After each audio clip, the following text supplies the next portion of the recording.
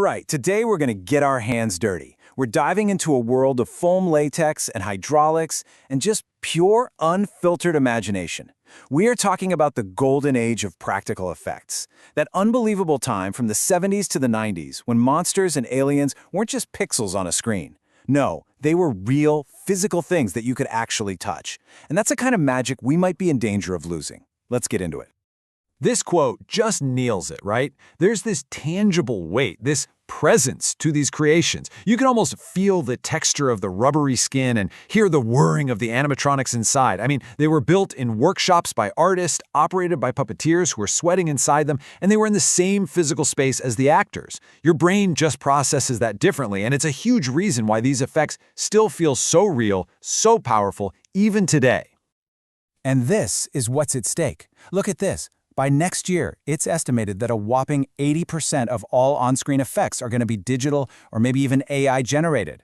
Now, don't get me wrong, we've gained incredible technical power, but you have to wonder, have we lost something essential along the way? That direct, physical connection to the magic? To really understand what that means, we need to go back, way back. So, our story really kicks off in the 1970s. This was the decade when a handful of absolutely brilliant artists started turning ideas that were just impossible into reality. And in doing so, they laid the groundwork for everything that came after. I mean, just look at this absolute explosion of innovation. In 1970, you've got Dick Smith completely changing the makeup game, aging Dustin Hoffman over 90 years. Just 3 years later, he's making a kid's head spin 360 degrees for The Exorcist. Then comes Jaws, where Bruce the shark was such a malfunctioning mess that Spielberg had to show less of him, which, made the movie infinitely scarier. By 77, ILM is literally inventing new camera tech for Star Wars, and a year after that, Tom Savini basically kicks off the modern horror boom with his gut-wrenching gore effects. You see the pattern? Face an impossible problem, invent a brilliant physical solution. And that incredible foundation led directly into the 1980s, which was, without a doubt, the absolute peak of the craft. This is when the masters really emerged, the artists who would create some of the most iconic creatures in film history, pushing the art form to its absolute limit. Okay, so what I love about this is the story behind it. This awesome, friendly rivalry. In 1981, you have the legend Rick Baker creating his Oscar-winning transformation for An American Werewolf in London.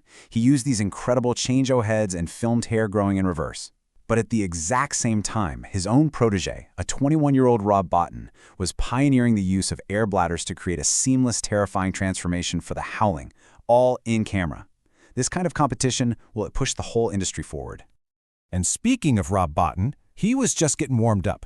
For John Carpenter's 1982 masterpiece, The Thing, he would go on to create what a lot of people, myself included, consider the greatest practical effects ever put on film.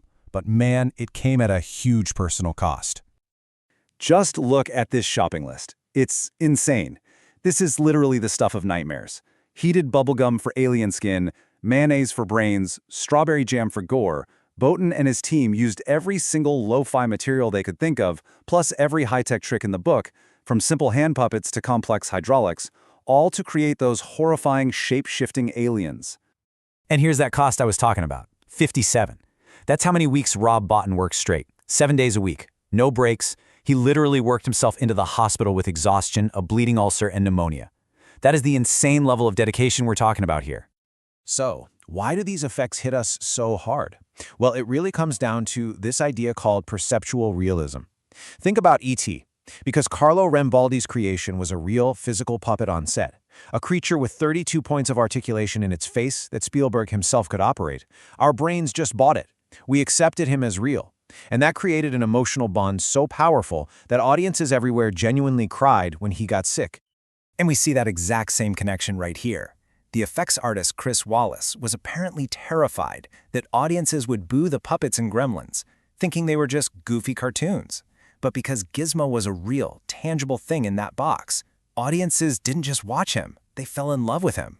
You wanted to protect him because, on some deep subconscious level, you believed he was actually there. Now, the artistry wasn't just about these small, lovable creatures. The masters of this era also worked on an unbelievable scale. We're talking massive creations that required huge teams working in perfect unison, almost like a mechanical ballet. For instance, the alien queen from Aliens. Stan Winston's team built a fully hydraulic puppet that stood a towering 14 feet tall. And to bring that monster to life for its epic fight with Ripley, it took 16 puppeteers, all working together in perfect sync, controlling everything from the head and the legs to the tiniest little twitches of the face. But even that gets dwarfed by the biggest version of Audrey 2 from Little Shop of Horrors. This one-ton plant, which had the lip sync to music, mind you, required up to 60 operators to pull off its performance. 60! It's still one of the most complex puppets ever made. This wasn't just filmmaking, it was a massive, live, coordinated performance. But even as these practical masters were hitting the absolute peak of their powers in the late 80s, a new technology was bubbling up that was about to change everything. At first, CGI wasn't seen as a replacement. It was seen as just another amazing tool for the filmmaker's toolbox. And this really shows you how it all happened. After years of practical effects ruling the day, ILM creates the water creature for the Abyss, the first true digital character. That led directly to the hybrid masterpiece Jurassic Park, which brilliantly blended Stan Winston's life-sized animatronics with mind-blowing CGI. And for a moment, it was perfect. There was this beautiful balance. But by the mid-2000s, that pendulum had swung completely over to digital. And here's the thing that's so crucial to remember. Those early CGI blockbusters worked because they were grounded in reality. The digital T-1000 was terrifying because you'd just seen Stan Winston's very real, very heavy robot effects. The CGI dinosaurs in Jurassic Park felt real because you'd already felt the weight and saw the splashing water from a life-sized animatronic T-Rex. The practical stuff sold the digital magic.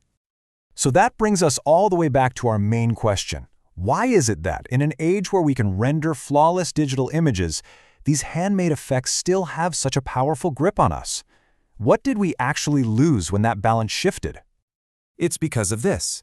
The human element. The raw, physical, sometimes absolutely insane dedication. You can just feel the sweat and the ingenuity in every single frame. Rob Bottin literally climbing inside a monster to make it move. A young Peter Jackson baking alien masks in his mom's oven. An actor suffering inside a 200-degree foam latex suit for hours on end. This was brutal, brilliant, hands-on artistry. And at the end of the day, this is why we remember them so vividly. The exploding head from Scanners, the chestburster from Alien, the werewolf transformation. These images are unforgettable because they were real. They were physically built, they took up space, and they carry the incredible weight of the human effort it took to bring them to life. And that really leaves us with one last thought to chew on. We now have technology that can generate any creature we can imagine in seconds, and there's an undeniable artistry to that, for sure. But as we move deeper into this digital, AI-driven future, you just have to ask, when movie magic is no longer made by hand, does it still feel like magic?